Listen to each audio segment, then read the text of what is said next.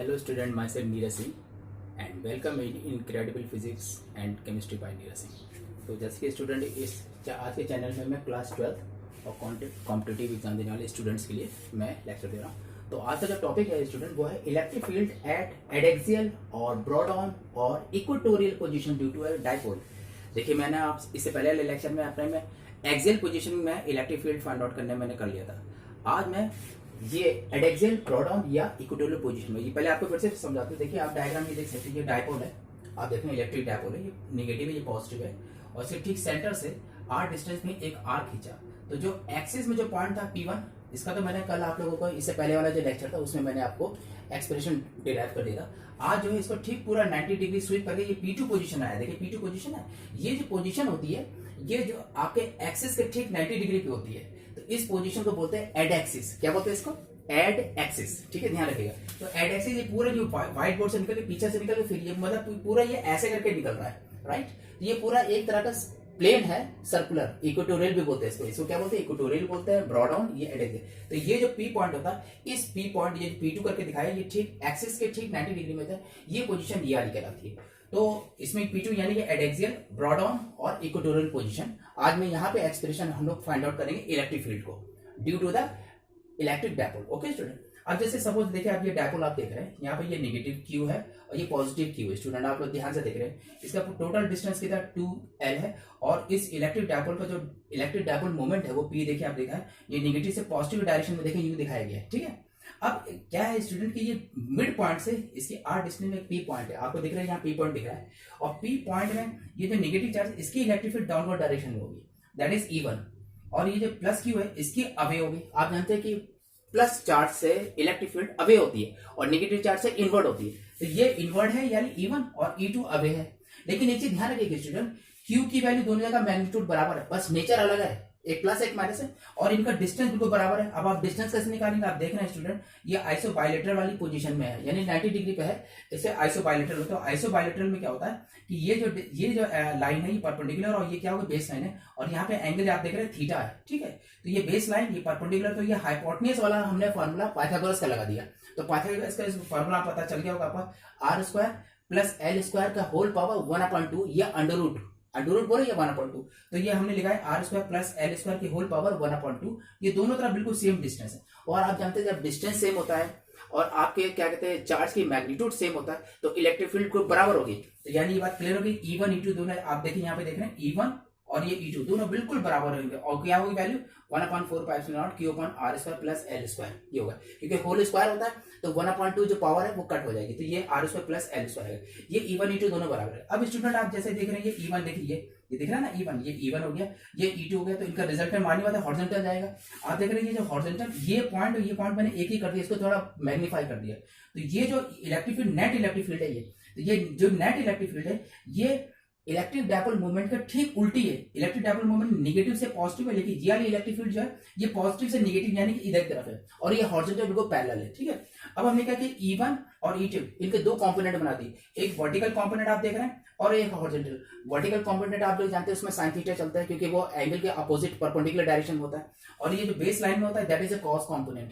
तो आप देख रहे हैं E2 के एक कंपोनेंट ऊपर बना E2 साइन थीटा और E1 का वर्टिकल डाउनवर्ड कंपोनेंट बना E1 साइन थीटा। आप देखिए ये नीचे डायरेक्शन ऊपर, तो इन दोनों E1 sine theta E2 cos theta sine theta इन दोनों के बीच में कितना एंगल है 180 डिग्री।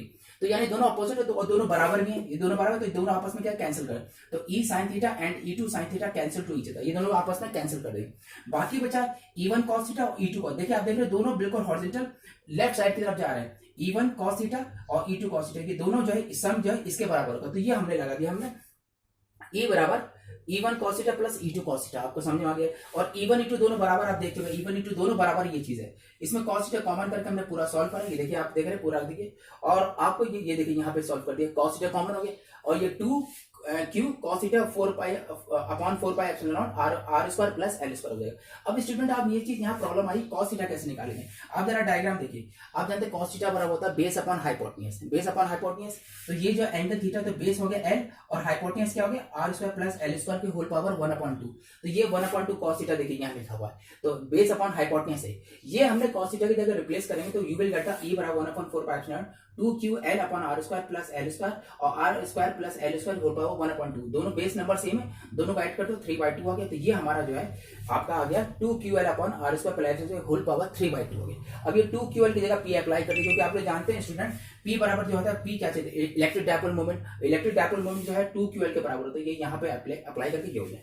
अब स्टूडेंट आप ये देखें, इस फॉर्मूले को एक और तरह से भी निकाल सकते हैं। आप जानते हैं कि ये टोटल एंगल यहाँ से लेके यहाँ तक कितना होगा, 2 थीटा होगा कि नहीं। तो हम ये वाला भी अप्लाई करते हैं, e बराबर √e1² plus e2² plus 2e1 e2 cos 2 theta देखिए अप्लाई कर दिया। इससे भी निकाल सकते हैं। एक तो हमने ये नंबर 1 इस तरह से भी निकाल दिया, दूसरा इससे भी निकाल दिया। इससे भी करेंगे तो हमारा लास्ट में e बराबर 1/459 p/r² प्लस l² के होल पावर 3/2 हो जाएगा। ठीक है इसमें।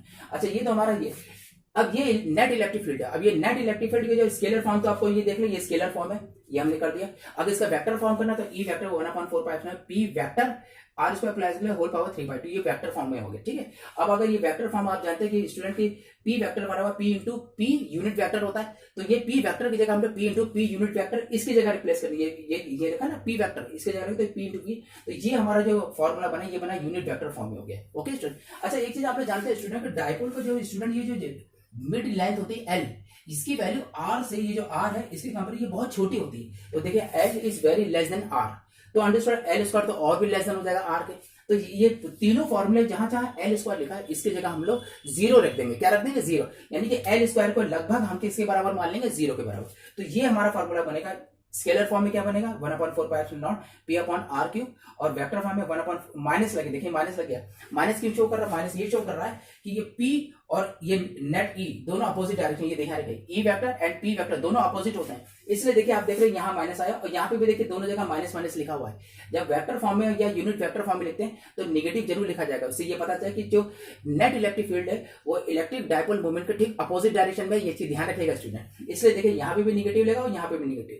तो ये तो हमारा वेक्टर फॉर्म हो गया और ये हो गया यूनिट वेक्टर फॉर्म में हो गया। और इस तरह से ये हमारा ये फॉर्मूला निकला। एक चीज और ध्यान रखिएगा स्टूडेंट कि जो एक्सियल पोजीशन में जो इलेक्ट्रिक फील्ड होती है और जो एडेक्सियल पोजीशन होती है, यानी कि ब्रॉड ऑन पोजीशन होती है, तो एक्सियल पोजीशन में जस्ट डबल होता है, ये चीज ध्यान रखिए। तो एक्सियल पोजीशन जो नेट इलेक्ट्रिक फील्ड होती है वो एडेक्सियल पोजीशन के इलेक्ट्रिक फील्ड के डबल होती है। जैसे अगर ये 10 होगी तो ये 5 होगी, यानी 5 × 2 तभी होगा। तो ये ध्यान रखना, ब्रॉड ऑन पोजीशन में इलेक्ट्रिक फील्ड जस्ट उसकी हाफ होती है। ठीक है स्टूडेंट। अब आपको ये समझ में आ गया होगा स्टूडेंट, तो फिर इसको लाइक कर दीजिएगा और सब्सक्राइब कर दीजिएगा और बेल आइकॉन इसको स्विच ऑफ कर दीजिए। ठीक है। Okay student, bye bye.